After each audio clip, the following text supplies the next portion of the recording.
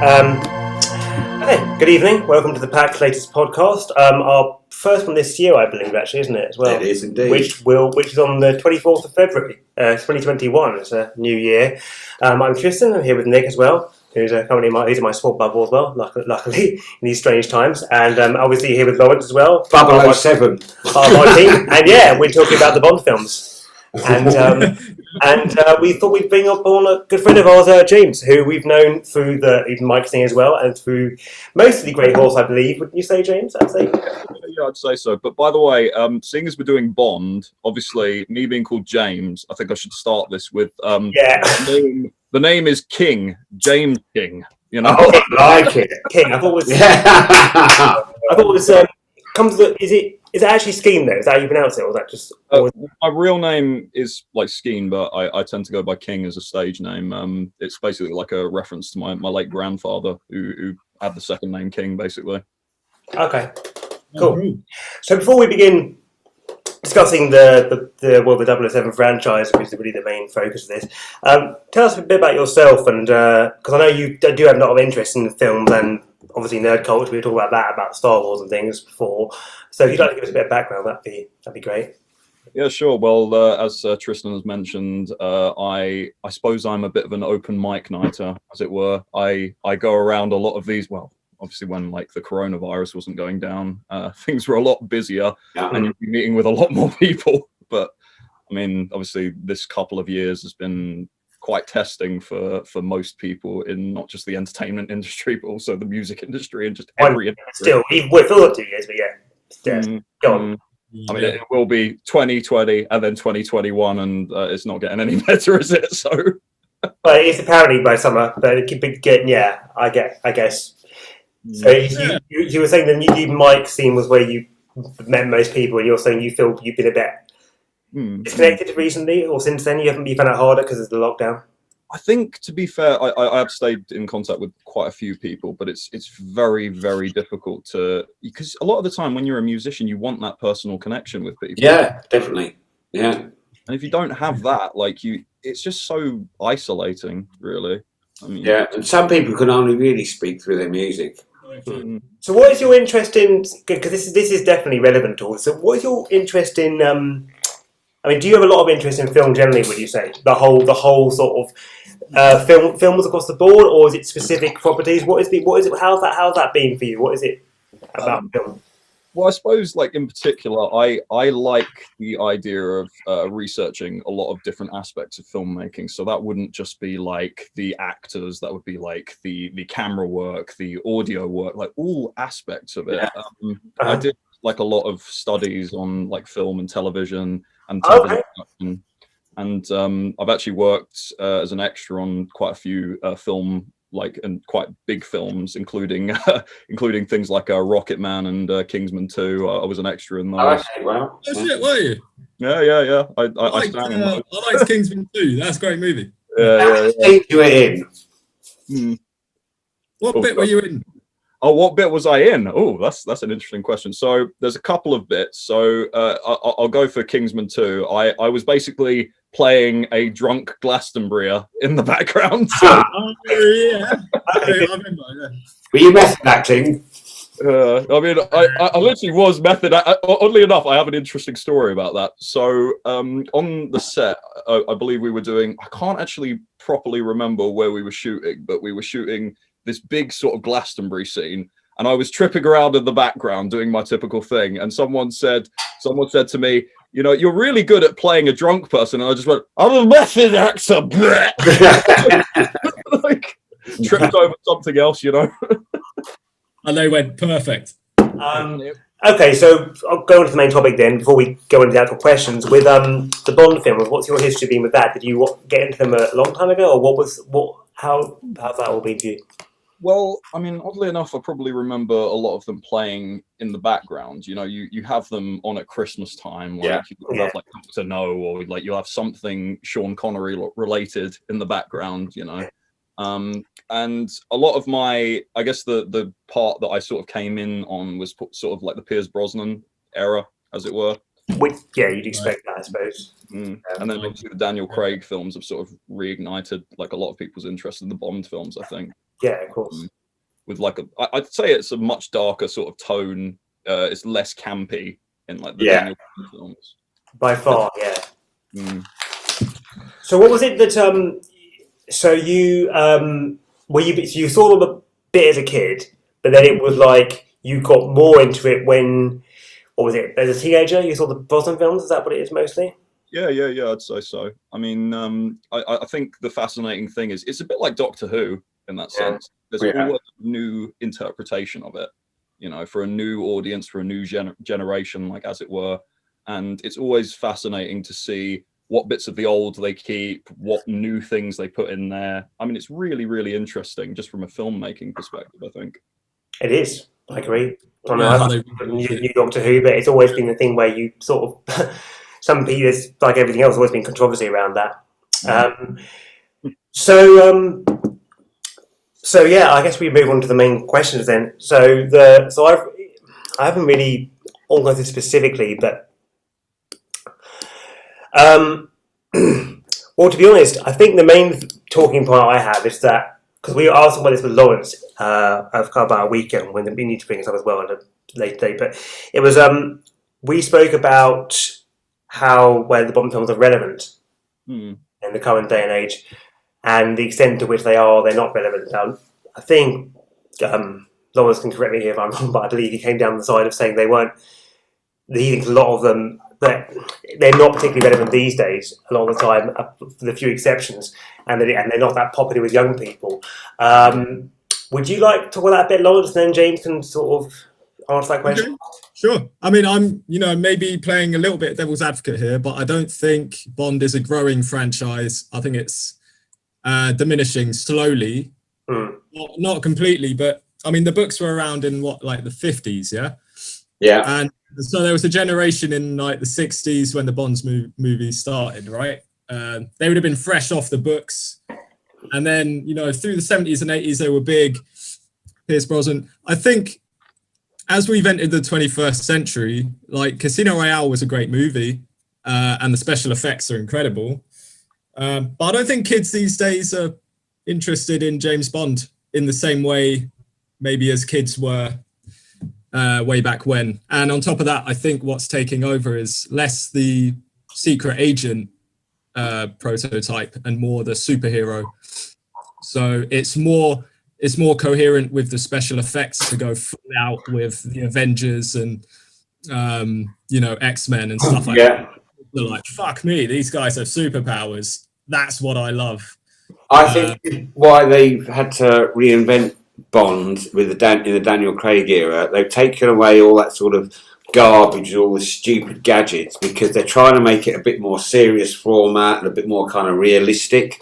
Whereas I think, especially with Roger Moore, not so much Timothy Dalton, Pierce Brosnan, it kind of lost the way. It all became about CGI effects and just stupidity. There was a kind of a brutalness that Sean Connery had kind of established, which didn't transgress into the Roger Moore role. He became a sort of, as James was saying, it's kind of like the camp side of James Bond. It became almost ridiculous. He was almost like a one-liner comedian who went around killing people in ridiculous ways. Roger Moore. Yeah. So there's still the violent element there. Yeah. There's still a violent element there, but it kind of it for me it just got really ridiculous, especially Moonraker. Yeah. Even when I watched it, I'm 52, so I saw these at the cinema. Even as a kid at the cinema watching Moonraker, I was absolutely alarmed. I was having read the novels. You read them when you were that young, like before we were 12, probably. Yeah. And then you watched Moonraker, you were like, okay, you were 12. I would have been 12 when Moonraker came out. When did it come out? 79. 79. Yeah, you were 12. Yeah. But you knew they were trying to capitalise on Star Wars, right? There was that element to it, right? Yeah. That's definitely a key factor. Right? Yeah. Star Wars. That was Cubby Broccoli and Harry Saltzman thinking, hang on, that was so successful. Let's try and do something like that. You know, if there had been a film, if Harry Potter had been out that year, maybe they would have thought, right, let's turn James Bond into a wizard. That's what they were changing.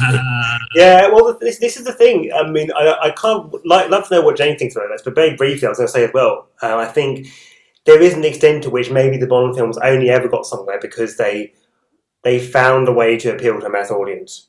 And maybe that, and from what Nick's told me, I haven't read the books. Nick has told me that even the whole way through, the books in general were never about gadgets. They're very serious, almost humorless, and also, therefore, you could argue that none of the interpretations of Bond on the screen, apart from Timothy Dalton and Daniel Craig, will be realistic. Well, the main difference with the books is that all the enemies and foes that Bond had to deal with were kind of like Cold War, post-war sort of Soviet enemies. That's right. So you had in the books you had Smersh, which was like a big Soviet spy network, which then kind of some of their agents defected and formed Spectre. That was in the books too. That was in the books too, as well. But it was done in a more believable way. But it was, of course, obviously, because Ian Fleming, whilst he was a brilliant author, he would have probably cringed at Pierce Brosnan and Moonraker. He probably would have cringed at Pierce Brosnan. That's one of them. He didn't even like. Yeah. Apparently, he didn't want The Spy Loved Me to be interpreted as the book was. There was a book about that. Really? There was an Ian Fleming book, and then they rewrote it from the screenplay. The film was, presumably nothing like the book at all. No, it's nothing at all like the book. In fact, hardly any of the films resemble the books. Does Ian Fleming Casino Royale was because they remade that. That was the launch pad for Daniel Craig. So they kind of took Casino Royale and they went back to the nitty gritty, the brutality of the character which Connery had instilled. But all, the early Connery films were all kind of pretty similar to the book. Obviously, some of the books are a bit laborious of a read because it's an espionage book, so it's not all action and fighting. It's more kind of covert operations. One sec. Yeah, sorry, I'm just get it out. Yeah, it was more. Connery's Bond was more sort of. Fleming's Bond was more covert operations and espionage, as opposed to when he went to the film. Look, the appeal of films is the sort of action scenes and violence, and Cubby Broccoli decided that, okay, that's what brings you audiences in, which works. And you can actually take, if you, some of the Bond films, you can watch, and if you didn't know anything about the books, you wouldn't even associate them with them. Many, by name. So even you Only Live Twice is nothing like the book. Well, You Only Live Twice was the one that influenced. All the parodies come from that. Even though the film itself was played fairly straight, it's still kind of campy, and it's very effective too. Bearing in mind, apart from when he dresses up as a Japanese man, I think Lawrence is actually probably the least unconvincing. Lawrence is probably, from what you told me, Lawrence, before he knows the film the least well. I think, is that right? You've only seen a few of them, isn't that right? More or less. Yeah, I watched Casino Royale when it came out, and I loved it. And then I watched Quantum of Solace and fell asleep during the movie, which doesn't speak volumes for it. But I can't say for sure that it was crap because I did miss it. However, I watched Skyfall and I thought it was good, but I didn't feel like, oh, this is for me. Like I can't wait for the next one, sort of thing. I was like, oh, if another one comes out, I might watch it. I don't know. I think if I was to sort of sum it up how I feel about James Bond, is that I feel, you know how you had the cowboy era and that was a hugely popular persona. It was someone who was revered in society. Thought, oh, he's cool. And then maybe it was the secret agent after that in the movie franchise. And then, I don't know, I think, as I said earlier, I think the superhero overtook that. And the Avengers movies and X-Men, all these Marvel and Batman especially as well, there was so much more hype around them, I felt. And those ones was like, oh, I can't wait for the next one, sort of thing. Yeah. But I think the movies, especially like the ones I just seen recently, From Russia with Love, as a movie of their time, a product of their time, they're brilliant. The fight scene in the train on Russia with Love is fantastic. I watched it again the other night, and it's just brilliant. You know, kind of the film built that climax, really. It's genius, isn't it? Yeah. And who's the guy? Is it Q or someone who delivers him all his gadgets and shit? That's later on though, but in From Russia with Love, there's not really any gadgets. Only one very tiny one. There's the briefcase. There's the ammunition. But it's not realistic. That's the point, I guess. Isn't it? Yeah, not particularly. I thought that was really clever. Though. And then you had Pierce Brosnan with his invisible car. which was just ridiculous. Well, yeah, but then on the other hand, GoldenEye was, I would say, a really good film. GoldenEye was his first film, and it changed like everything else. All the films have gone through that, actually, so all the eras, this sort of course correction thing. Do you know where Ian Fleming got the name James Bond? Where was that? Where'd he get? He was in a shop looking at some books and magazines, and there was one about ornithology written by a bloke called James Bond. So he said, "Oh, I'm going to use that name as my spy." The name's Bond, James Bond. Yeah. Do you want to see some birds? Well, there's a joke about that as well, in a really terrible joke in Die Another Day about that. And I'm not even going to repeat it, so shit. Anyway, I mean, the interesting thing about it is that they were the first blockbusters, and I think obviously this is the thing. They're not. I think Lawrence is correct. I don't think they are as relevant now, and that's because of that they're not. So my feeling is that because they were the first blockbusters, that at the time was a massive thing. Goldfinger, from everything I know, it had a budget of $3 million. And it grossed 125 million in the box office. And you think about how the numbers there. That's groundbreaking. So I think it worked out to something like 25 million now, adjusted for inflation, and 1 billion the box office now. And that's basically, it's like, it's 40 made back 40 something times its budget. It's the Avengers of its time, as Lawrence was saying. Yeah. Right, yeah. And there was actually a show called The Avengers then too. But yeah, you mean... I think what's happened now, though, is the special effects have caught up with the superhero franchise.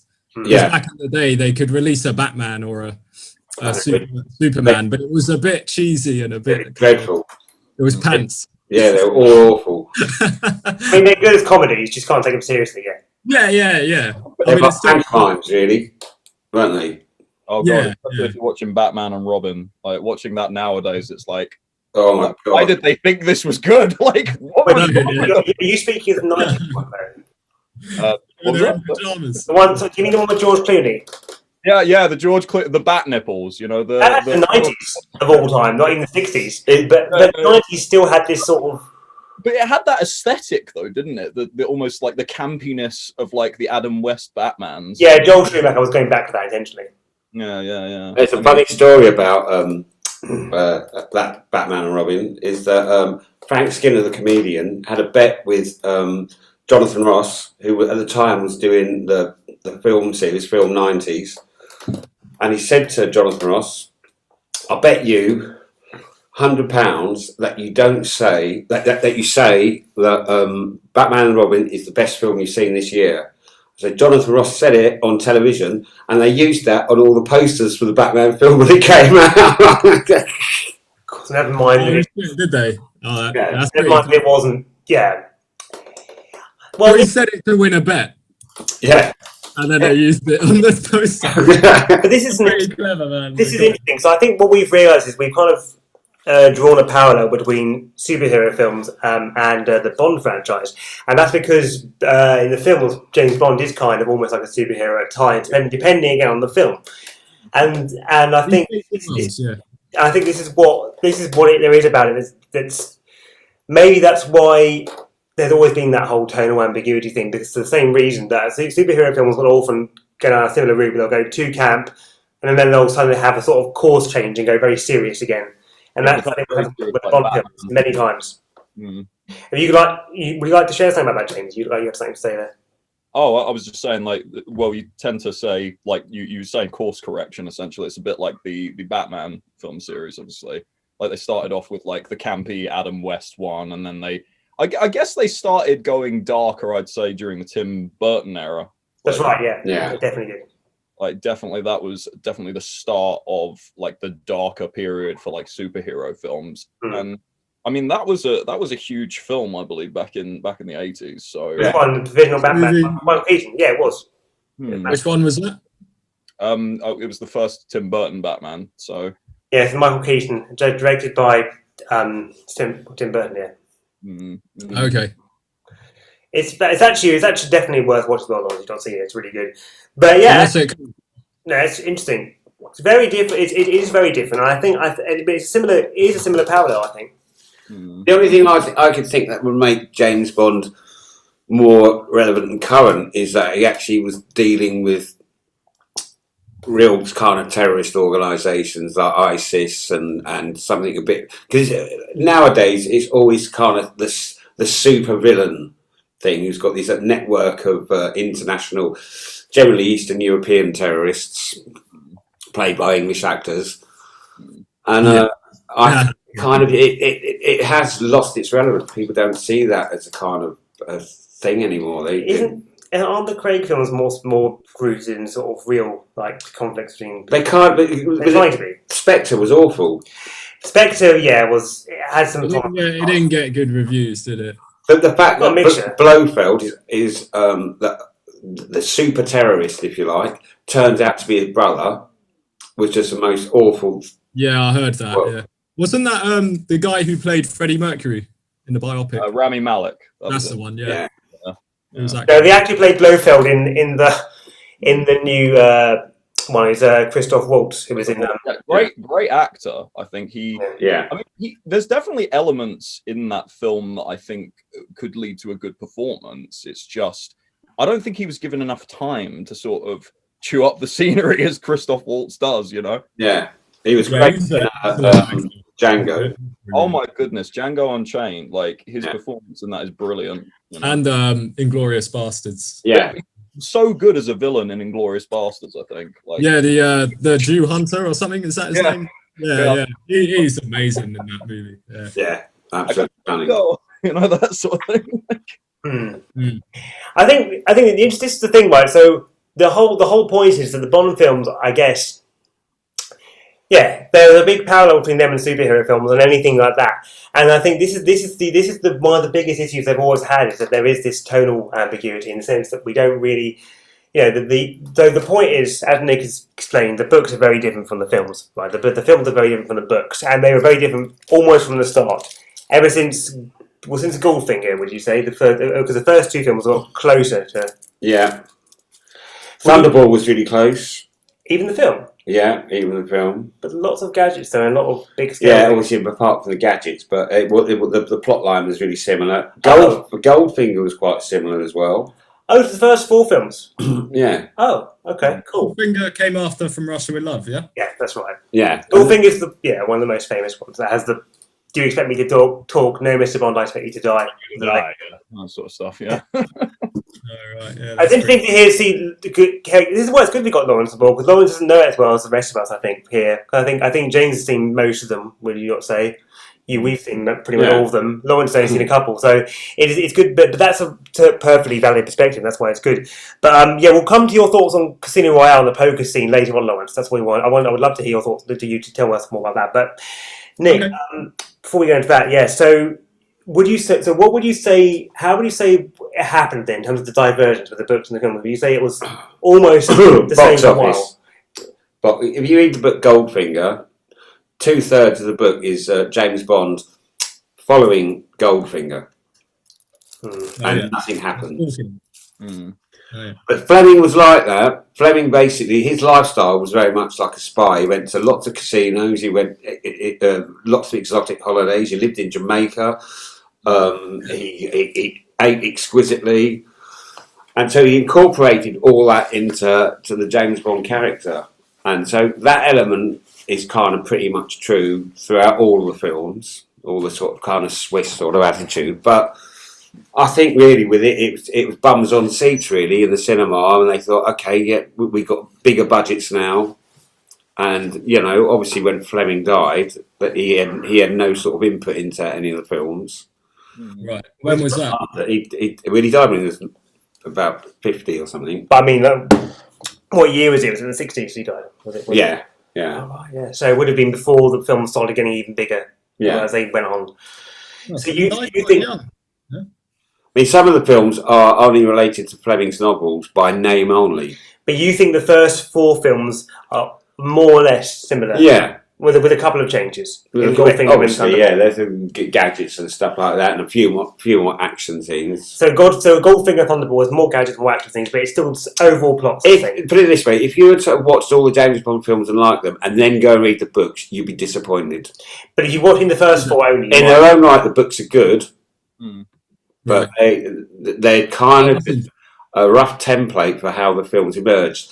And would you say that the books are a bit more psychological? Yeah, Like, definitely. The complexity. Yeah, they're kind of yeah. I just You know what? They're slow. A lot of them are slow reads. You know, he goes on about cuisine and and fashion and cars and stuff and locations and. So that is the differently in the films. The films you just show it, I guess. Obviously, when the books were written, they didn't have all the sort of technology they got now, and James Bond kind of got hijacked by special effects.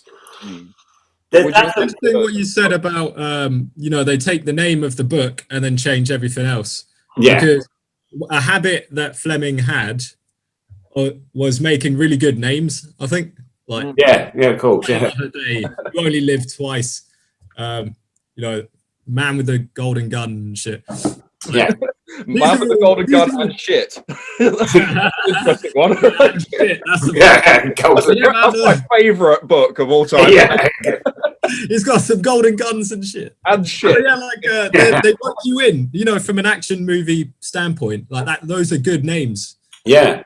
And the other thing that the films had going for them was the soundtracks. Yeah. It was always great, yeah. That was always interesting.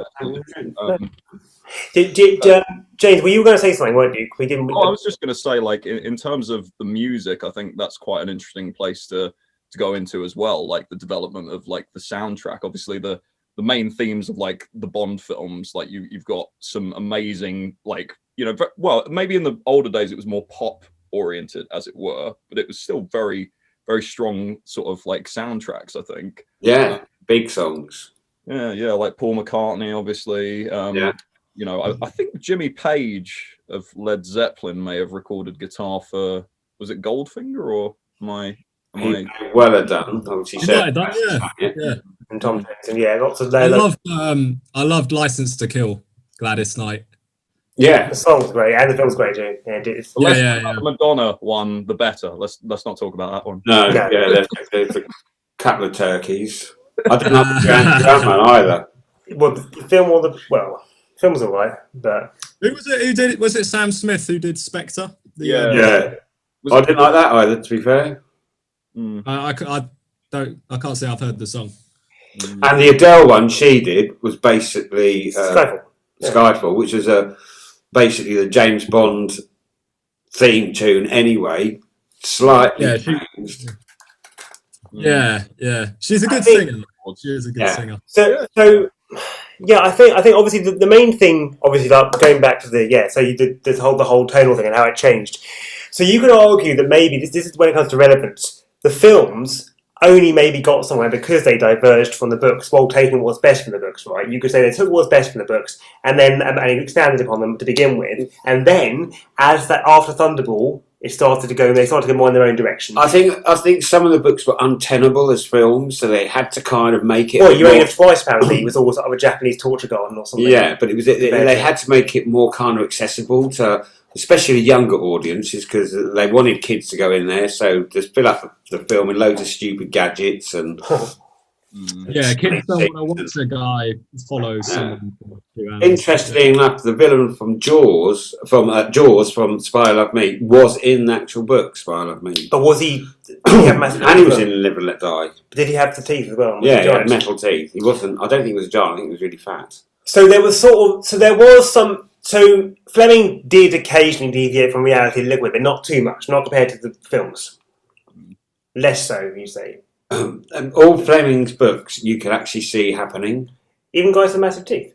He didn't have massive. He had metal teeth. That's still potentially plausible, I guess. Yeah. Yeah, you can. And people have gold teeth, don't they? No, I mean in the films he obviously used. I've got no teeth. Yeah, obviously in the films he used the teeth to kill people and to break through cable car lines, which is different. Presumably that didn't happen in the books either. No. Shit, did it? Right, so this is it couldn't happen in real life either. Right, so we've reached the point where we're understanding that basically the same. Interestingly, again, which kind of shows that Bond may have been one of the first superheroes. Is maybe why it comes the comparison is not unapt. It's correct because the early superhero comics often had a lot of there was some seriousness to it, but there was a lot of campiness too. But then obviously the tone changed, and they got bigger usually as a result of the campiness being more of an appeal to a larger audience. And the same seems to be true of Bond. Diamonds Are Forever as a film certainly kind of set the kind of roadmap for how the film franchise would change. It all became a bit more actiony, a bit more stunt orientated. That's interesting. I always thought that was the end of Twice or Thunderball, but okay. Definitely with the car chases and stuff they actually looked at Diamonds Are Forever. Yeah, Diamonds Are Forever. Oh, really? I never thought of that as an influential film at all. Because I always thought that as like, because on Her Majesty's Secret Service was more in the realistic line. Yeah. That was going back to the books. Yeah, Her Majesty's Secret Service is a great film, great theme tune as well. Was that was the George Lazenby? Yeah. Yeah, it was. Yeah. Like his only film. Ah. I think that was his only. Yeah, it was. Yeah, that's right. Yeah, it didn't go down well with the public. He was Australian as well, so he wasn't even... That's why he didn't go down well with the public. And he wasn't an actor. Yeah. But amazingly, he had I would say, a very good performance, very human Bond. More. It was a catalogue. You know, George Lazenby was a catalogue model. Mm. So he'd be wearing suits and swimming trunks and that, and they thought he looked the part, and they gave it to him. He was just an advertisement sort of model, wasn't he? And he'd look good in the film. So, but what's interesting, I guess, is that, Bond has always been a bit of both. He's been a superhero sometimes and a real human being at other times, and sometimes a bit of both. If we look at every era, Sean Connery's Bond would definitely vary, like depending on the early films are more serious, they started to get more silly, and then like obviously after George Lazenby and then Diamonds Are Forever, you then had Roger Moore for a very long time. And so, do you? This is the point, right?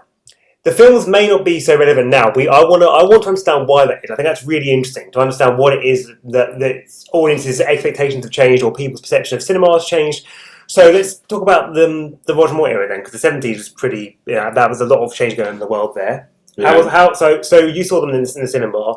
What are your general thoughts on that? As a kid, I loved them. Even later. But when I rewatched them, there's a lot of suspension of belief watching those films. It's like all of a sudden, all these things he's doing are impossible.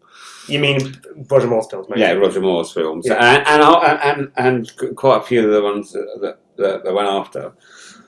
I think Daniel Craig with Casino Royale actually brought a large element of reality and plausibility into the role. Yeah. Agreed, yeah.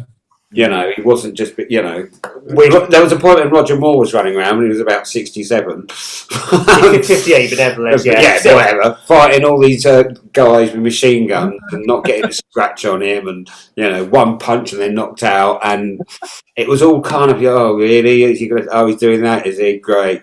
And whatever predicament he was in, he'd have some sort of little gadget that Q had given him to get out of it. And no one can ever shoot him. Yeah, exactly. Yeah, stormtroopers in their aim, So do you think though that in the 70s, that's another thing. In the 70s and sort of in the 80s, that was kind of, especially the 70s. Do you think that Bond was meant to be like that? The audience expected that? What happened? It was natural. It was meant to happen. I think it is because natural reaction to what was going around. Like Moonraker, Spy Nothing, all that. It was all to do with money. Exactly. They all wanted money. They said, we can make this really exciting, and they were, they did make exciting, good films, but they somewhere lost the plot when the dollars started coming in. It was more about the spectacle. At what point do you think that was? Spectacle. Wait, sorry, James. What were you saying there? I missed that. I was just saying, like I guess, like sort of you had Bond and the film career, or not film career, the film series start in like the 60s with Flower Power, all that sort of stuff, and it was very. I mean, obviously the first few Bond films are very serious, like for the most part. Like they have some occasional bits where you're like, oh, hold on, what? But I mean, for the most part, they are serious, grounded films. And then as you start getting into like the 70s, obviously, like things start. I mean, it's strange how like they've evolved over time. I think the Craig era has definitely sort of shown, and I like this a lot more when you show a human side to him rather than he's having 50 people like shoot at him. Yeah. Like like dodging it all, like Matrix style. Yeah. Unbelievable, you see, and actually kind of watch it and think, okay, it's getting a bit daft now.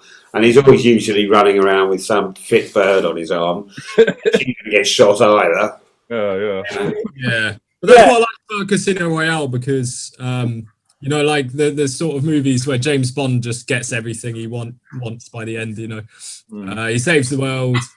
I don't know, he gets 2 or 3 girls during the course of the movie. Yeah. But Casino Royale, the ending with Vesper was actually very sort of mysterious and surprising. You sort of thought that in the end they would probably just go off and, you know, shag in the Bahamas for a few months or something. But yeah, it was brutal. No, she died. You know that? Remember that, right? Yeah, it does. That's what I'm saying, Tristan. Brutal, That's yeah. the point, that it goes against the convention of James Bond just getting everything he wanted. Well, that's the same. They did. The interesting thing, they did do this before with On Her Majesty's Secret Service and the Timothy Dalton era, which again, License to Kill, which you saw recently. What we actually, yeah. So we talked a little bit about Roger Moore. I kind of do want to go back to that bit as well. But so, what do you think of License to Kill, then, Lawrence? That's another, because Timothy Dalton was actually, he was like the early prototype for what Daniel Craig later became. He based a lot of his performance off the books directly. Isn't that correct, Nick? From what you? Yeah. And he was a trained stage actor. So, you know, what you saw License to Kill recently, Lawrence, what do you think? I saw it last night. Yeah. I thought it was really good as an action movie. I can't speak in comparison to the books. I haven't read it, but I think it was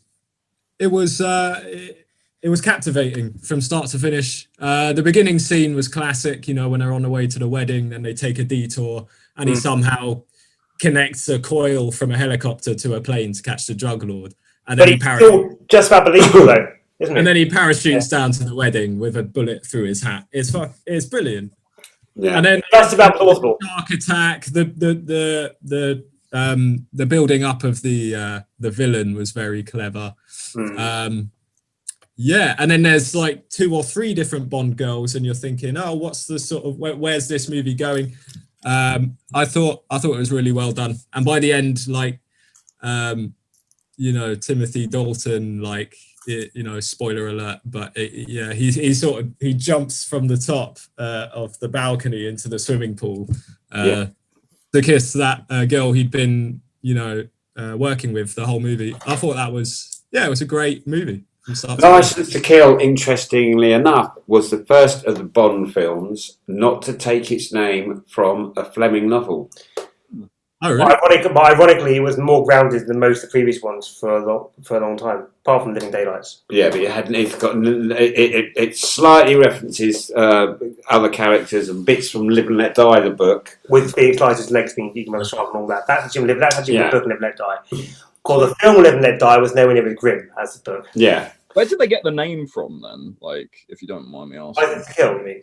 Yeah. Was it? License Revoked, isn't it? Which is from... It was going to be called License Revoked, which is nothing again to do with well, it's I get it's just a reference to the plot, isn't it? Because he has his. They say it about a third way in. He has his License to Kill revoked.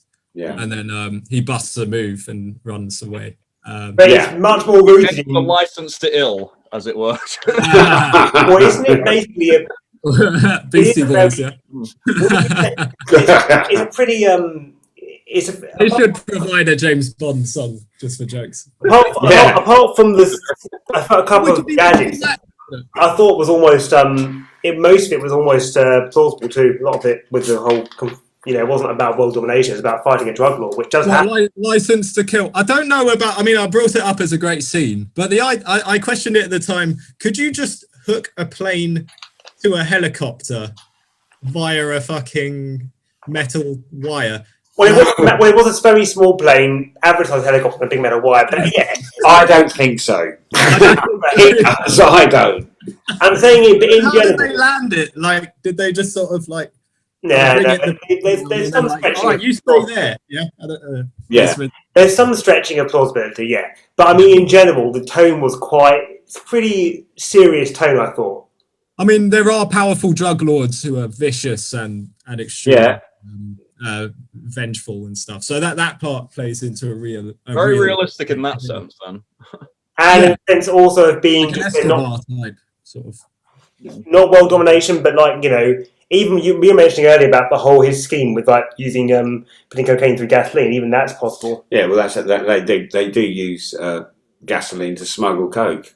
Yeah, that was that's something they do with Escobar, didn't they? Yeah, well, he used to refine it with petroleum. So, yeah, and you can actually smuggle it because obviously it puts off any sniffer dogs or anything. It's untraceable. This is kind of the point that it was interesting how that film was not massively successful. I think the American box office, and maybe one of them that was, but it wasn't as successful in the American box office because it was audiences found it. Some people I really liked it. Nick really liked it. You liked it, but at the time, it was just too grim by Bond standards. I didn't like the violence, but it wasn't. It's not even that violent. But compared to like most Bond films, it's pretty violent. Well, like the head explosion? Just that the sharp, the sadism generally, like the whole, just the way the violence is quite sadistic and cruel overall, and it's just kind of believably violent. I liked it. Yeah, I loved it. That's what's good about it. Yeah, I like the fact that he went on a revenge mission. Yeah. Yeah, it wasn't Madge approved. Yeah. Yeah, it wasn't a big, huge spy conspiracy thing. It was just a massive kind of revenge thing as far as he was concerned. Against someone who could have maybe existed in real life again. That kind of drug lord do exist. That's probably when Bond is at his best, when he's taking personal revenge, isn't it? Yeah. I truly think that's when he's at his most emotionally appealing to the audience. The thing is with Roger Moore, he never had any menace about the character, so it was always a bit kind of, oh God, You can't imagine him having that cruel streak which Connery had. Dalton definitely had. I'd say Brosnan to a bit had it. And Daniel Craig knows that kind of more rough quality. Yeah. And Roger Moore, I think you've said this before, Tristan, that you found him the most sort of comic James Bond. Yeah, I think most people do. I think he is. He was just playing to. He totally works for the era, but I think they try to make elements of them more realistic. Again, the point of it all comes down to is, they could never make. I think maybe. They couldn't until the Daniel Craig films and maybe the early Sean Connery films. They couldn't really make Bond grounded and also be successful at the box office because Timothy Dalton's films, The Living Daylights was successful, but it wasn't. But it was still like, I don't know. That's another interesting one too. It wasn't quite as grim as Daniel Craig's films. Do you know Living Daylights, Nick? Yeah. Yeah. Again, it's nothing to do with a short story. But they try to make it more grounded. The book's actually called Octopussy and the Living Daylights. So they combined. They took they made a film out of each of those films. Yeah, Octopussy and Living Daylights is a load of short stories. Right. So they made a film out of each. What is Octopussy? Is Octopussy the name of the villain? No, it's a girl. It's a main girl in one of the films. She's got 8 vaginas. Right. One vagina with 8 tentacles. The Baltimore version, yeah. Yeah, it's interesting. I guess this is the thing. We don't really.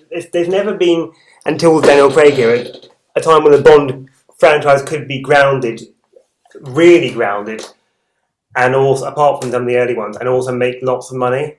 Like it seems I don't know. It's interesting when you look at the parallels. The obvious kind of way to look at it is the Christmas Day thing, which James brought up earlier. All the kind of Roger Moore era ones, they would have them on during the day. I don't think they'd be able to put a Daniel Craig James Bond film on during the day just because of the brutality level has stepped up. It's more realistic, the brutality. When Daniel Craig has a fight with someone, it's not like Roger Moore having a fight with someone. Roger Moore was having a fight for 007-year-olds, if you get what I mean. Yeah, whereas the Casino Royale starts then drowning someone in a sink, yeah. Different. And even again, License to Kill was kind of more like that. It had that brutality to it. And again, they don't show that in Christmas Day either. They can't do it. It's 15. Yeah. So maybe it's the difficulty is that showing a realistic spy or assassin doing his thing in a violent, believable way couldn't have as much mass appeal unless it was unless really sanitized. See, Roger Moore films, half the time you feel like they're so much like pantomimes. You feel like shouting out, "He's behind you!" Yeah. But it became too camp, too comic, and they were successful. And that's what it's about at the cinema. What's the pick of the bunch for the Roger Moore era? The best movie, do you reckon? I would say it's got to be one of the first two: Live and Let Die or Man with the Golden Gun. Okay, because I haven't seen any of the Roger Moores, so I'll check one of those Yeah. out. I think Spy Love Me is really good. I think Live and Let Die is obviously more grounded though. The Nick's right there. That's what I'm saying. Yeah, they're kind of a bit. Man with the Golden Gun's great. I think it's a really simple plot. There's an assassin. Like a western in a sense, isn't it? With a lot of shots. It's almost like a western. With a lot of shots. Yeah. I like it. It's simple. It wasn't all these massive, great big, multi-million-pound enemies after him with helicopters and all that. It was just him going for one man. It was an assassin. Christopher Lee, was it not? It was indeed, yeah. The man Christopher Lee, may he rest in peace. Yeah. Yeah. Oh, what a legend. Yeah. I think what we should do is move on to, because I mean this is going to be a bit of a longer podcast. I think Nick was right. We do this in more than one part. I think, don't we? Well, we will do a sequel to this, but we'll go on another 15 minutes. So we'll do a sequel to this. I think because it'll be this is an interesting podcast worthy of much debate about the relevancy of these things and what impact they have on the real world. And we've got to talk about the chicks at some point. Yeah. Well, yeah, a big one. Oh yes. One thing we haven't actually really. That'll be the late night edition. Validity of spy-themed material. Okay, one thing we haven't touched on yet. We kind of talked about most of these, the history of the films, difference between the different bonds. One thing we haven't talked about is the political aspect, actually. So this is something that I think is very relevant, and we will undoubtedly talk about this at a later day as well. But James, in particular, I'd like to know what you think about this, because we were talking about how the whole way the politics has got involved in the nerd community recently, which is just horrendous if you ask me. But in any case, there's a lot of issues around that, and I think to sum that up, the main thing nowadays is that everything becomes more politicized, perhaps because there's so many things that being made aware of. Perhaps people weren't so aware of those things back then, and most people who are raising awareness of them, who tend to be, I would say, left wing, are usually well intentioned. I agree with that for the most part, and I would describe myself as a leftist. I agree with that. However, for the most part, I think there's a difficulty in the sense of analysing what something actually is now. It's one thing looking at sci-fi or whatever, but with Bond, it's like, well, I mean, let's just ask this question: Are the films inherently, capitalistic and sexist and basically very sort of negative in a way? I don't think they are intended to be. I think some of them are very positive, but I think there's that is an element to some of them. What do you think about that, James? And obviously. Well, that's a very, very interesting question, and I think it requires a very interesting answer.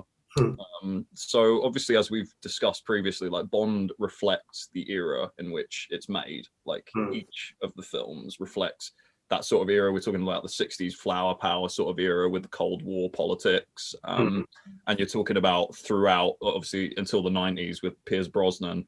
That was still sort of very relevant in the Cold War era, essentially. Well, very briefly, I want to say GoldenEye touched on that, and the fact that that was the first film where they actually brought up, is Bond still, is he even relevant in this day and age? And M said, I think you're a sexist, misogynist dinosaur, a relic of the Cold War, but she still uses him. And then in the Craig era, that's even more relevant. But yeah, so go on. You were mentioning about that. Well, that is a good point as well, because we look at, say, the older films, and a lot of the time I feel like, and no doubt this is sort of true with the newer films as well, but to a lesser extent. I think definitely there's more humanization of the female characters, as it were. It's less of in modern ones, yes. Yeah, definitely. It's less of a sort of a sex object, as it were. Yeah, that's probably a good thing. Yeah, I definitely agree. I think that in terms of the characters that are presented in the newer films, you definitely get a bit more characterization. It's a bit less about like catchphrases, as it were. Yeah. It's more about real, like genuinely realistic portrayals of people. As well as that, there are genuine consequences to a lot of Bond's actions. I feel like most of the women that he has a romantic connection to in a lot of these films die. Like they die, or like, Yeah. I mean that's mentioned in quite a few of the films. I think Which is quite handy, because otherwise you have loads of child maintenance to pay. yeah. Oh my goodness. He'd be travelling around the world with loads of pregnant women following him. You'd be like, that one's not mine. Yeah, I mean, That's true. I agree.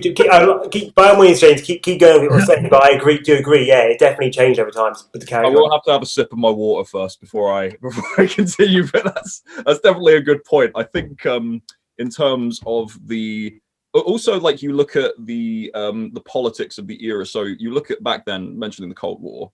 Obviously, you had a lot of Russian like supervillains, like that. You know, you had like the big evil, big Russians in the distance, doing nefarious evil things. And now it's more about, it's not necessarily a state that a lot of the time is the villain in these films. It's like terrorist organizations, or it's like the surveillance state, which, by the way, Britain, from what I've looked into, is the most monitored nation per capita in the world, which I do actually think does sort of, I mean, that definitely grounds the films more in the real world, I think. I mean, the Craig films in particular, and even some extent the Boston films to an extent. Yeah, I'd say so. A lot of that is about a surveillance state, as it were. Like, you're constantly being watched. You go down the street, you're on camera. Like, you're literally a barcode at that point, are you not?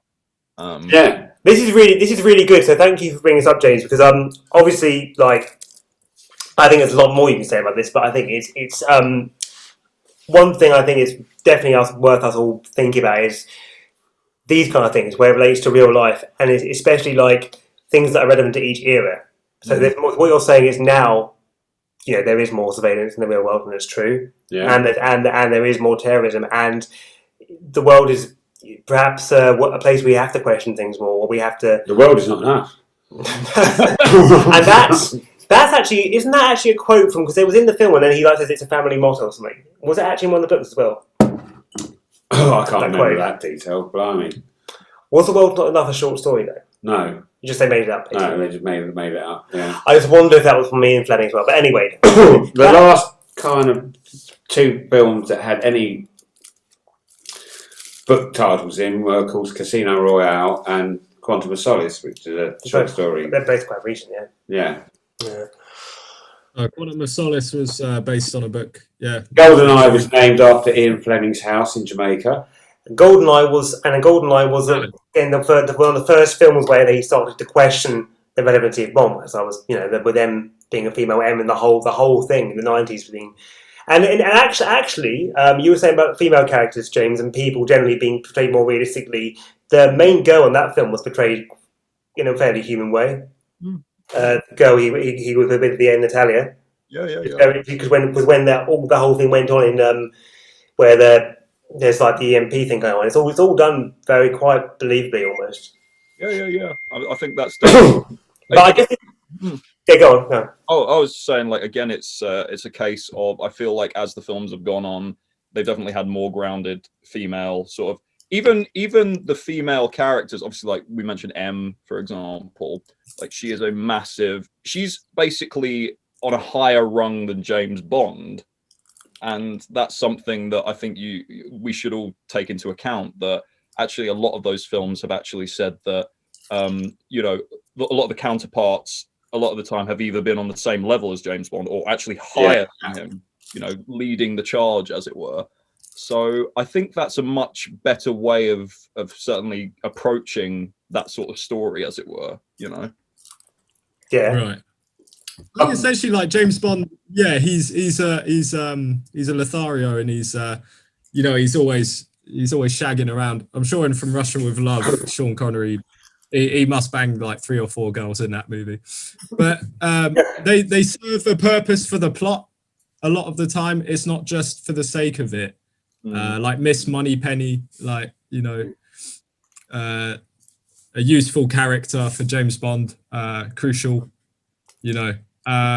So I think just because he saves their lives a lot of the time, it doesn't imply that it's chauvinistic. So I mean, because they save his life a lot of the time, which is you know. Yeah, exactly. Yeah, it goes both ways. Yeah.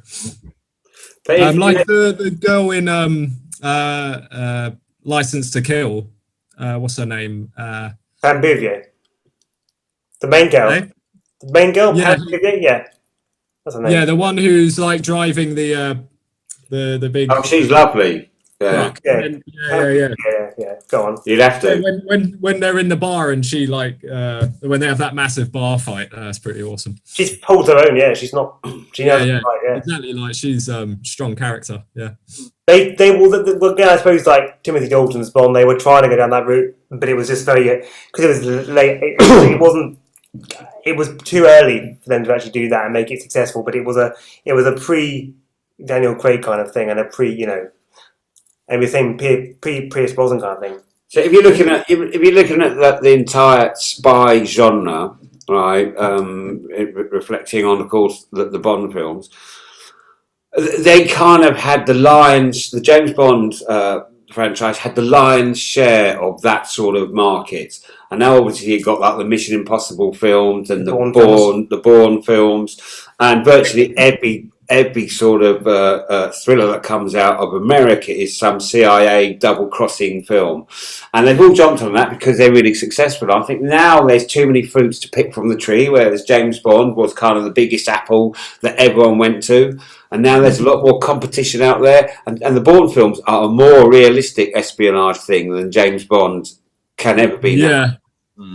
You know? Yeah, the Bourne movies are brilliant, actually. And it's you know, it's that's more realistic. I think that in order to get Casino Royale did that actually, but it's lost the plot now. I think partly because Daniel Craig has become a producer for the series. Right. Also, Barbara Broccoli came back in, and she took over from Cubby, and they're trying to make it a bit more serious, a bit more adult. But I think the script writing is just lame now. Really, it's lame. Well, I've got an interesting question for you guys because we're in this sort of woke culture now. Doctor Who, they've made a woman Doctor Who, which, for the record, I think is cool. Yeah. But do you think they'll potentially consider making James Bond a woman? They've talked about having a black actor play James Bond. I don't think race is irrelevant, but sex is. Yeah, I don't know. I don't know, because what they're saying is that they're going to use the preface of 007, and that if James Bond were to die, another agent would step in and become 007. So it's always been. I think it might even save the franchise. Yeah, because I think that's what they need to do. They need to take it in a new direction. One thing is that we what actually was your point just now about like my fault? I was saying it was about taking Bond in a new direction, and then Nick said it wouldn't be so much that they would have like James Bond played by a woman. They would have James Bond die and then a woman. Right, okay. This is the plot. Right, okay. So what I was going to say is, one thing that doesn't ever really make sense about the Bond films is that the character of Bond himself, in the sense that he can't. How is he possibly the same person that he was when he was, Daniel Craig's Bond? How can he be Sean Connery's Bond? How can that be? But at the same time, they play it in most of the earlier films, certainly, as if there is the same person. In the books, he was completely detached from all emotion. He was. A killing machine. Yeah, just an assassin. He didn't really care. He did actually go and visit Vesper Lynd's grave once a year.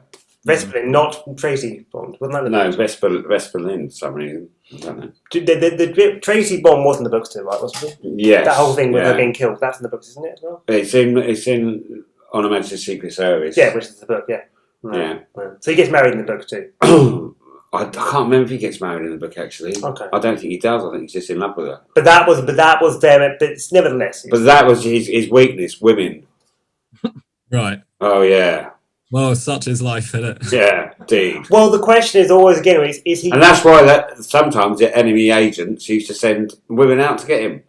Because he, Well, He can't keep his cock in his trousers. yeah, it's bad.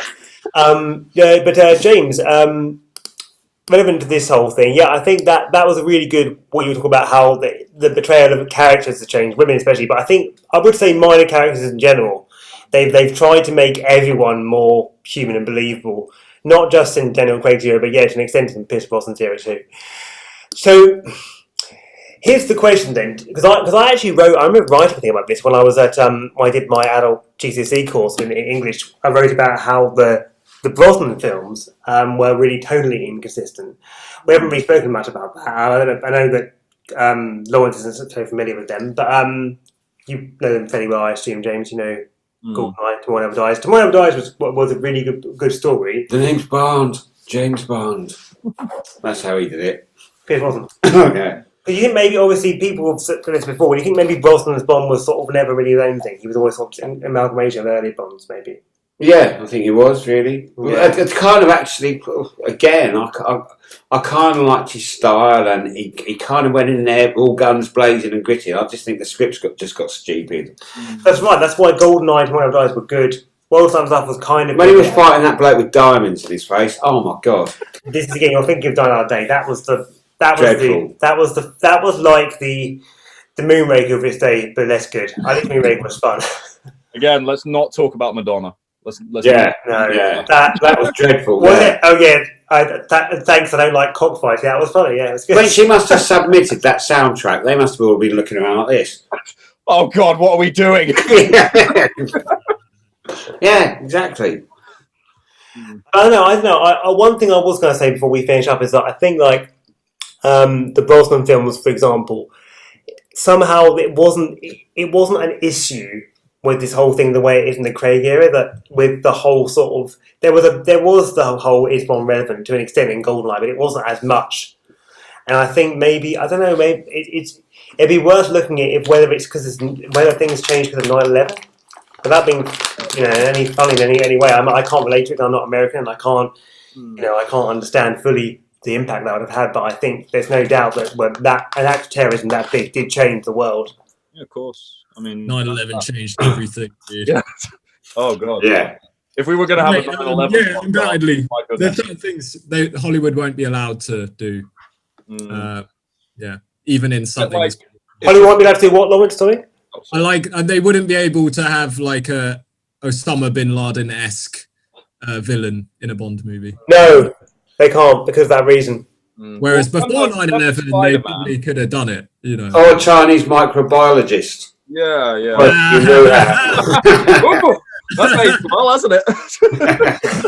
Yeah. Well, okay, that's definitely not going in the podcast. But yeah, No, we can have it in the podcast. Because I'd actually watch a James Bond film if it was about that. yeah. And it's called Kung Flu.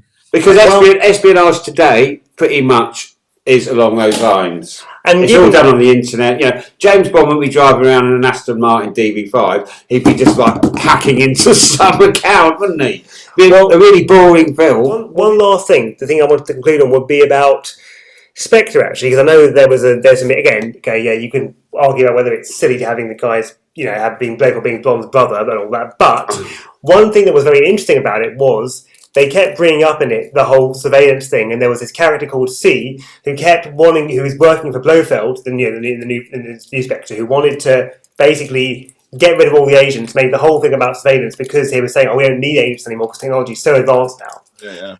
So I actually thought that was really interesting. The whole using global surveillance and terrorists using that to, even though that isn't technically something that's new, that has happened before. But I think it's more relevant than ever now. And the interesting thing is that is a really relevant point to the real world. But somehow it didn't. As a Bond film, it was a mixed bag somehow. And despite the fact I thought that was a good plot. Maybe it was because of the Blofeld thing. Yeah, I just thought it was just weak. If it hadn't been Blofeld, though, that's what I mean. If it had not been Blofeld and it hadn't been his brother, could that have worked? That whole thing was Yes, he's the best spy in the world, and the best supervillain in the world happens to be his brother. What a load of bollocks! It's a bit like I mean, it would work if they're making superhero That's so films. lazy. That's lazy. It always plays into the whole superhero element of it. Yeah. But he's not a superhero, so What's it's going like, to be next? Moneypenny's his mum.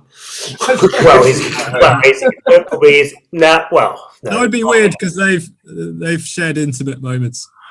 Yes, yeah, but you know what I mean. It's just No, well, they played off Emma's being like his mum, with Skyfall and Silver both being agents that had been. I mean, if James Bond wants to kill Blofeld now, all he's got to do is go to a family wedding and get him there. And they pop him during during the ceremony. Yeah. an incest shotgun wedding, eh? I mean, so one of the things I should come back to is like I always feel like when it comes to having too many villains crammed into a story, like a lot of the time you lose focus of what you need to focus. Yeah. Sense. So I think it was very interesting the casting choice of Christoph Waltz. Like I actually really liked that idea. Like I really like Christoph Waltz as an actor. Yeah. Like, he's brilliant. Like when you give him the opportunity to chew scenery, like he'll chew it, he'll spit it out, and my God, it's fabulous. But I feel like the surveillance state, like sort of plot point and things like that is relevant. Like nowadays, that is very key and very relevant in our current world, because if you walk outside, you're probably being surveilled. If you're in the UK, you know, you're probably looked at. But Oh yeah. But if you get your laptop stolen outside Sainsbury's and look at the CCTV footage, it's really grainy. You can't even make the bloke out. We were pointing it this way. Yeah. Better luck next time, mate. So you were saying about that being relevant, and then well, I mean, I think like governments, for example, have been slowly introducing these surveillance sort of systems, and I think the interesting thing about Spectre is this idea that, you know, is that necessary in like a modern day society with spies and things like that? Do we need people going around doing those jobs, or do we need machines doing it? Which one's more accurate? Because, as it were, machines, like, they follow an algorithm, right? They follow a pure algorithm, numbers on a keyboard or whatever. They follow that. They're coding perfectly, but they're not able to obviously tap into human empathy and things like that. Whereas a human being can be incompetent and can, I mean, they're not like running through an algorithm, as it were. Yeah. But human beings can still make mistakes. So it's sort of finding, you know, where do you draw the line with that? You know what I mean? that is very interesting. Yeah. And especially interesting because it's actually in part of the reason why Bond's often successful in the, certainly when he's portrayed realistically, is where, like for example in License to Kill, where he was, Timothy Dalton played Bond the way he was in the books, more or less. The way he defeated the villain, the way he defeated Sanchez, as you pointed out, Lawrence, and watching it recently, is that he got in his head and manipulated him, which you have to have some empathy in order to do. Ironically, it sounds a bit dodgy, but although again, morally he was doing the right thing, because Sanchez was a bad person. It was, you know, doing these horrendous things. But if you think about it, surveillance could never have done that to Sanchez. Could never have overthrown his drug empire, because he needed to be manipulated from within.